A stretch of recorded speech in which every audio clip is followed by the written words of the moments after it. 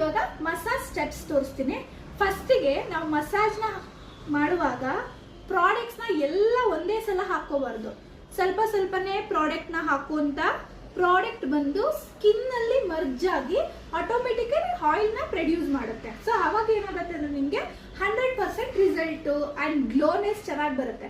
ನಾವು ಫೇಶಿಯಲ್ ಮಾಡಿದಾಗ ಏನಾಗುತ್ತೆ, ಜಸ್ಟ್ ಬ್ರೈಟ್ನಿಂಗ್ ಬರುತ್ತೆ, ಒನ್ ಲೇಯರ್ ಬ್ರೈಟ್ ಆಗಿ ಕಾಣಿಸುತ್ತೆ. ಬಟ್ ನಿಮ್ಗೆ ಆ ಗ್ಲೋನೆಸ್ ಬರೋದು ಬಂದು ನೀವು ಯಾವಾಗ ಪರ್ಫೆಕ್ಟ್ ಆಗಿ ಪ್ರೆಸೆಂಟ್ ಪಾಯಿಂಟ್ ಹಾಕ್ಬೋದು, ಆ ಹ್ಯಾಂಡ್ ಮೂವ್ಮೆಂಟ್ಸ್ ಆಗ್ಬೋದು, ಪರ್ಫೆಕ್ಟ್ ಆಗಿ ನೀವು ಮಾಡಿದಾಗ ಏನಾಗುತ್ತೆ ನಿಮಗೆ 100% ಗ್ಲೋ ಅನ್ನೋದು ಬರುತ್ತೆ.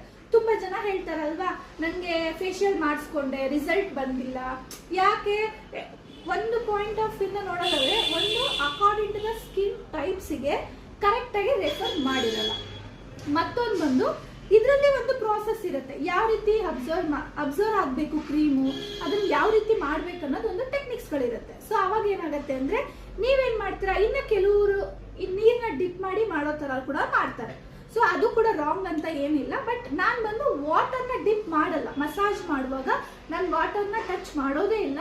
ಯಾಕೆ ಅಂದ್ರೆ ಈ ಪ್ರಾಡಕ್ಟ್ನ ನಾವು ಮಸಾಜ್ ಮಾಡಿ ಇನ್ಸೈಡ್ ಅದು ಒಳಗೆ ಮರ್ಜ್ ಆಗಿ ಸ್ಕಿನ್ ಅಲ್ಲಿ ಮೆಲ್ಟ್ ಆಗಿ ಗ್ಲೋನೆಸ್ ಬರುತ್ತಲ್ವಾ, ಅವಾಗ ನಮ್ಗೆ ರಿಸಲ್ಟ್ ಚೆನ್ನಾಗಿ ಬರುತ್ತೆ. ಇದಕ್ಕೋಸ್ಕರನೇ ನಾನು ಪರ್ಟಿಕ್ಯುಲರ್ ಆಗಿ ಎಲ್ಲರಿಗೂ ಹೇಳ್ತೀನಿ, ಮೆಹಂದಿಗಳನ್ನ ಹಾಕೋಬೇಡಿ. ಮೆಹಂದಿ ಹಾಕೊಂಡಾಗ ಏನಾಗುತ್ತೆ, ನಾವು ಈ ರೀತಿ ಮಸಾಜ್ ಮಾಡುವಾಗ ಅದು ಆಯಿಲ್ ಕಂಟೆಂಟ್ ರಿಲೀಸ್ ಆಗುತ್ತಲ್ವಾ, ಅವಾಗ ಏನಾಗುತ್ತೆ ಆಟೋಮೆಟಿಕ್ ಆಗಿ ಅದು ಕೂಡ ಸ್ಕಿನ್ ಸಣ್ಣ ಸಣ್ಣ ಲೇಯರ್ಸ್ ಬಂದು ಒಳಗೆ ಹೋಗ್ಬಿಡುತ್ತೆ ಸ್ಕಿನ್ ಅಲ್ಲಿ. ಸೊ ಅದಕ್ಕೋಸ್ಕರ ಹಾಕಕ್ ಹೋಗ್ಬೇಡಿ, ಮೆಹಂದಿನ ಅವಾಯ್ಡ್ ಮಾಡಿ. ನಾವು ಫೇಶಿಯಲ್ಸ್ ಮಾಡೋರಾದ್ರು ಈ ತರ ನೇಲ್ಸ್ ಮೆಹಂದಿ ಇವನ್ನೆಲ್ಲ ಅವಾಯ್ಡ್ ಮಾಡಬೇಕು. ಓಕೆ, ಇವಾಗ ಸ್ಟಾರ್ಟ್ ಮಾಡೋಣ.